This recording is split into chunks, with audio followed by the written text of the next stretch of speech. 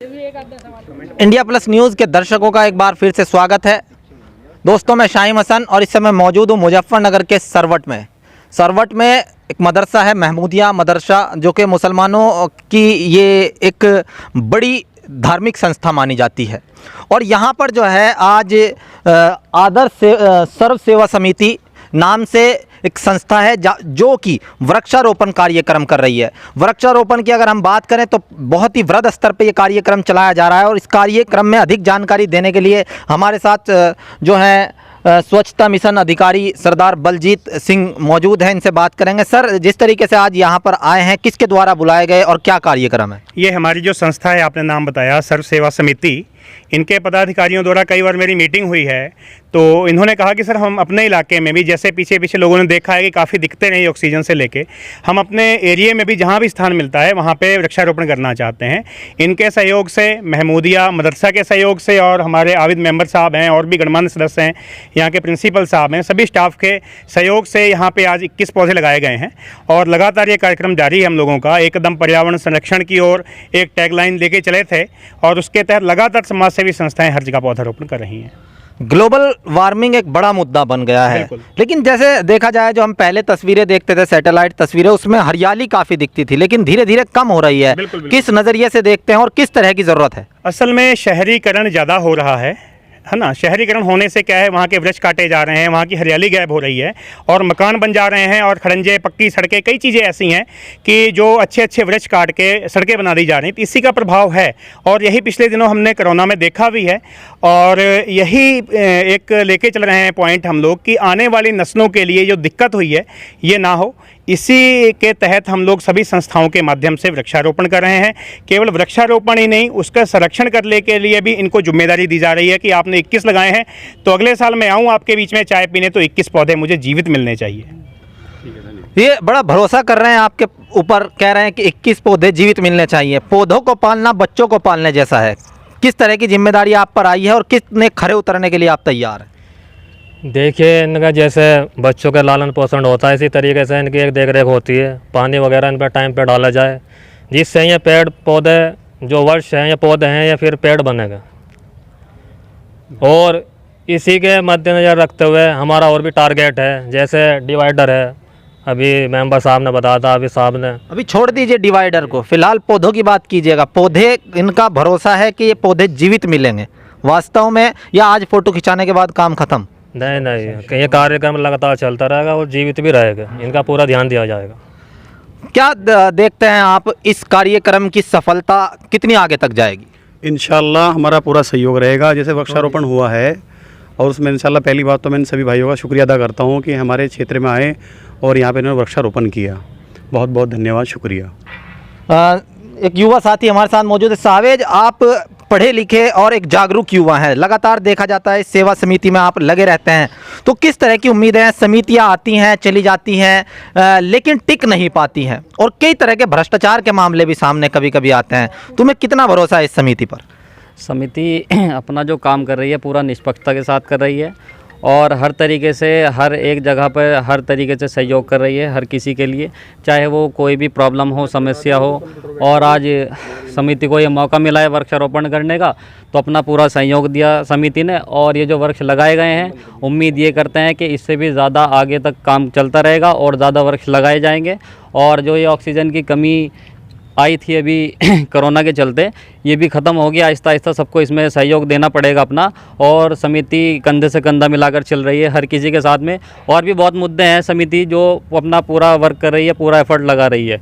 तो यही कहना चाहूँगा, फ़िलहाल वृक्षारोपण की बात है तो इसको आगे भी जारी रखेंगे और इस काम को आगे बढ़ाएंगे और वृक्ष लगाएंगे।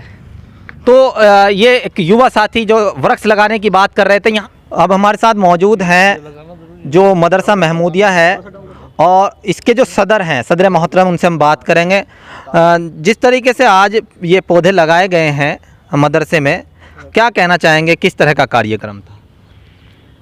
ये पौधे लगाने का कार्य बहुत ज़्यादा ज़रूरी है और ये पौधे इंसान को ऑक्सीजन देते हैं और बगैर ऑक्सीजन के इंसान ज़िंदा नहीं रह सकता।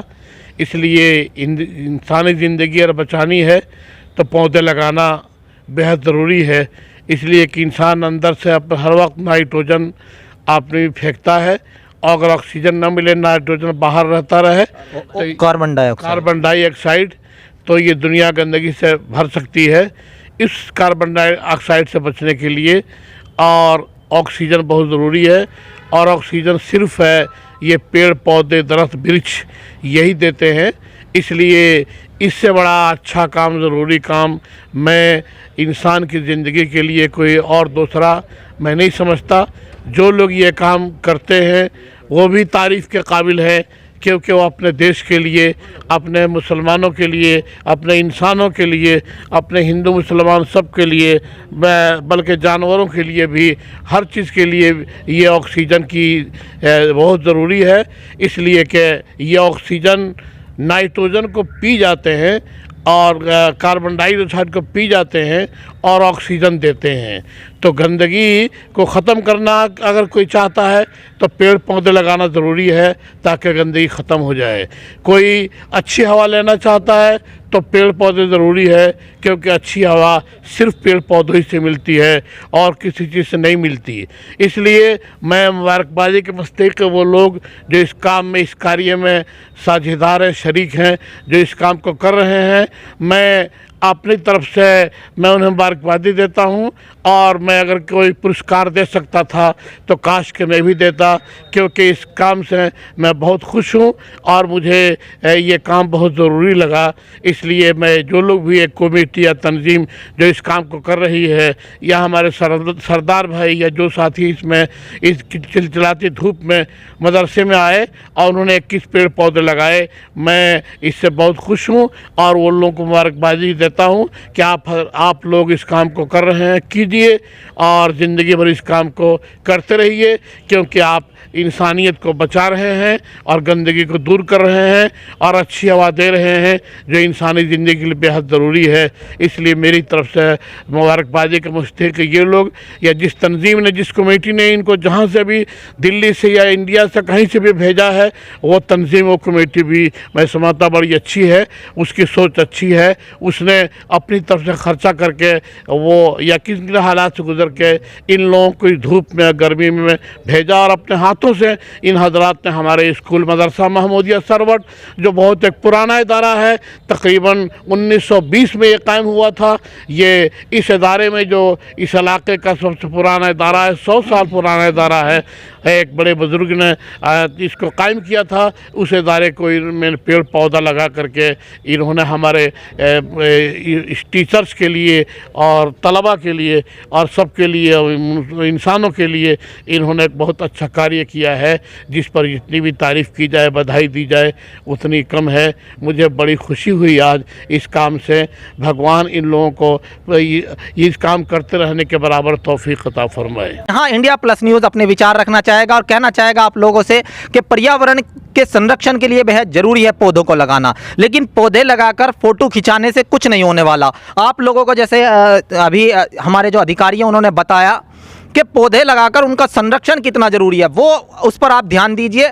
और इंडिया प्लस न्यूज़ इस तरह के कार्यक्रम जो है कवरेज करने के लिए पहुंचता है, क्योंकि हम भी पर्यावरण के प्रति पूरी तरीके से चिंतित हैं और आप लोगों के सहयोग जिस तरह से हमें मिल रहा है, हम भी कोशिश करते हैं कि हर अपडेट आप तक पहुँचा सके। जुड़ रहिएगा मेरे साथ, मैं Shahim Hasan, India plus news, Sarwat, Muzaffarnagar. India plus news, सिर्फ वही जो सही।